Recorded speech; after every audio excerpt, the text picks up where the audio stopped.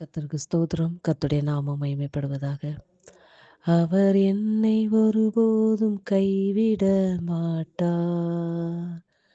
எந்த நிலையிலும் என்னை தள்ளிட மாட்டார். உலகமே எதிர்த்தாலும் என்னை விட்டு கொடுக்க மாட்டார். தாய் தந்தை மறந்தாலும் என்னை மறந்திட மாட்டார்.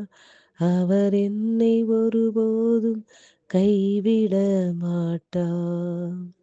இயேசு ஒருபோதும் என்னை கைவிட மாட்டார். எந்த நிலையிலும் என்னை தள்ளிட மாட்டார். உலகமே எதிர்த்தாலும் என்னை விட்டு கொடுக்க மாட்டார். தாய் தந்தை மறந்தாலும் என்னை மறந்திட மாட்டார். இயேசு என்னை ஒருபோதும் கைவிட மாட்டார். நன்றி தகப்பனே.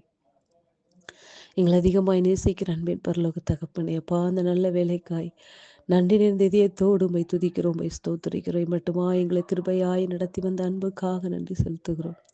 எங்களை ஒருபோதும் மறவாதவர், எங்களை தள்ளிவிடாத தெய்வம், எங்களை ஒதுக்கி விடாமல் எங்களை சேர்த்து கொண்ட நல்ல தெய்வம், உலகமே எங்களுக்கு எதிராய் வந்தாலும் எங்களை விட்டு கொடுக்காத நல்ல தகப்பனப்பா. உமக்கே துதி கன மகிமை எல்லாம் உமக்கு ஒருவருக்கே செலுத்துகிறோம். இயேசுவின் நாமத்தில் பிதாவே, ஆமென். கர்த்தரின் ஆலோசனைக்காக யோவான் எழுதின சுவிசேஷம் 3ஆம் அதிகாரம் அதனுடைய 30வது வசனம். யோவான் எழுதின சுவிசேஷம் 3ஆம் அதிகாரம் அதனுடைய 30வது வசனம். அவர் பெருகவும் நான் சிறுகவும் வேண்டும். இந்த வார்த்தை யாருக்கு சொன்னார் என்றால், யோவான் ஸ்நானகர் இயேசுவை பார்த்து சொல்லப்பட்ட வார்த்தை. அவர் பெருகவும் நான் சிறுகவும் வேண்டும். இதற்கு முந்தின வார்த்தைகளிலே சொல்லப்பட்டிருக்கிறது, யோவான் ஸ்நானகர் இயேசு கிறிஸ்து வருவதற்கு முன்பாகவே அவருடைய சத்தமாய் அனுப்பப்பட்டவர்.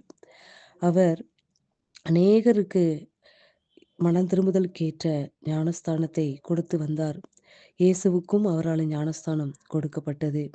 இந்த இடத்தில் சீஷர்கள்லாம் கேட்குறாங்க, நீங்கள் எங்களுக்கு ஞானஸ்தானம் கொடுக்குறீங்க, ஆனால் அங்கே ஒருத்தர் என்ன செய்கிறாரு, ஞானஸ்தானம் கொடுத்து கொண்டு இருக்கிறார் அப்படின்னு சொல்லும்போது 27ஆம் அதிகாரத்தில் 27வது வசனத்தில் இப்படியா யோவான் சொல்லுகிறார். யோவான் பிரயுத்தரமாக, பரலோகத்திலிருந்து ஒருவனுக்கு கொடுக்கப்பட்டால் ஒழிய அவன் ஒன்றையும் பெற்றுக்கொள்ள மாட்டான். 28வது வசனம், நான் கிறிஸ்து அல்ல, அவருக்கு முன்னாக அனுப்பப்பட்டவன் என்று நான் சொன்னதற்கு நீங்களே சாட்சிகள். இப்படின்னு சொல்லி கர்த்தராகிய இயேசு கிறிஸ்துக்கு முன்பாக அனுப்பப்பட்ட யோவான் ஸ்நானகர் அவருடைய தாழ்மை எப்படிப்பட்டதா இருக்கிறது என்றால், முந்தைய வசனங்களை நாம் படிக்கிறோம், அவருடைய பாதரட்சியின் வாரை கூட அவிழ்ப்பதற்கு நான் தகுதி அல்ல என்று தன்னை தானே தாழ்த்துகிறார்.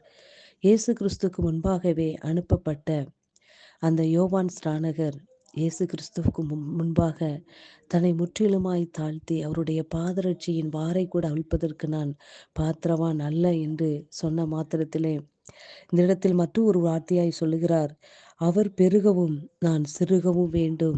அப்படி என்றால், நான் அவருக்கு முன்பாக அனுப்பப்பட்டேன் என்றால், அவருக்கு நான் ஞானஸ்தானம் கொடுக்கப்பட்டேன் என்றால், நான் எவ்வளவு மேன்மை உள்ளவன் என்று அந்த இடத்தில் ஒரு துளி அளவு அந்த யோவான் ஸ்நானகரிடத்தில் பெருமையோ மேன்மையோ காணப்படவில்லை.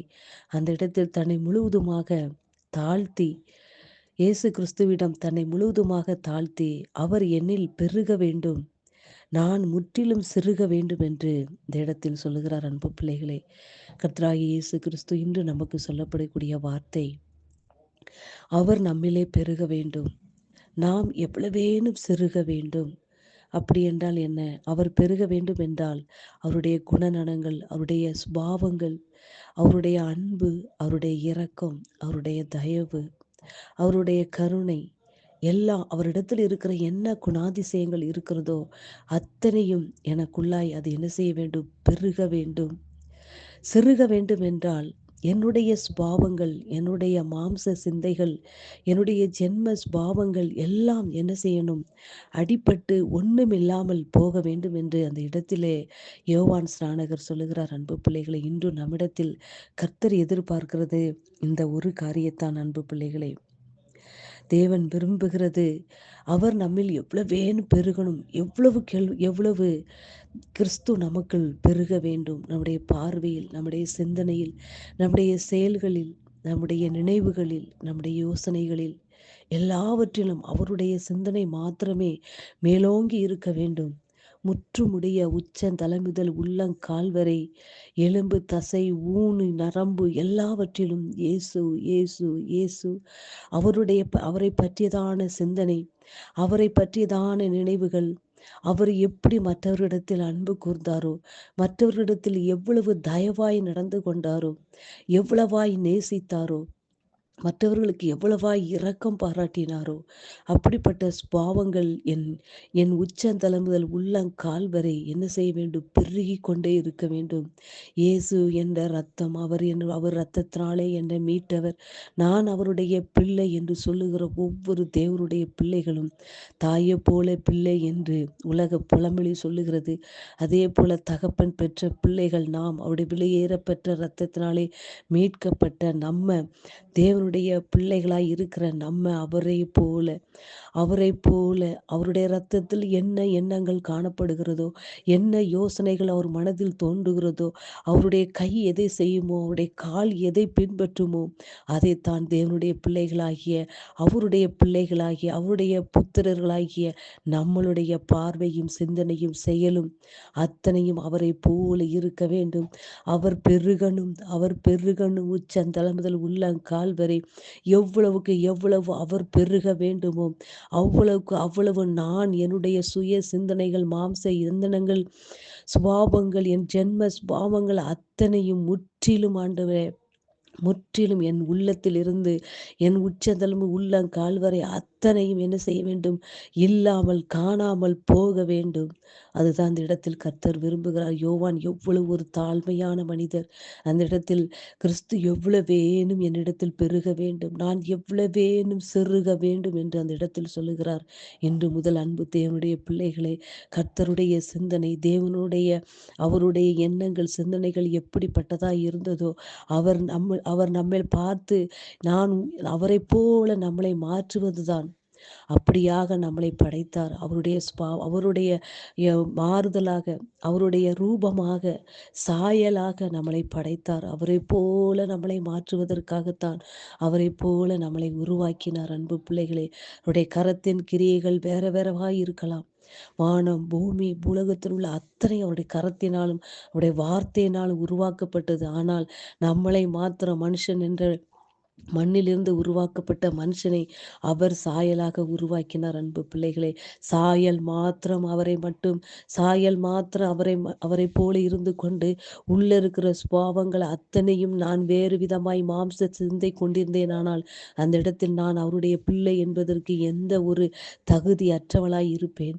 இந்த இடத்தில் அவரை போல நான் உருவாக்கப்பட்டிருக்கிறேன் என்றால், அவருடைய இரத்தத்தினால் நான் மீட்கப்பட்டிருக்கிறேன் என்றால், அவருடைய இரத்தத்தினால் நான் பாவ மன்னிப்பு பெற்றிருப்பேன் என்றால், அவரை போல் என்னுடைய சுபாவங்கள், எண்ணங்கள், சிந்தனைகள், நடக்கைகள், பார்வைகள், யோசனைகள் அத்தனையும் அவரை போல இருக்க வேண்டும்.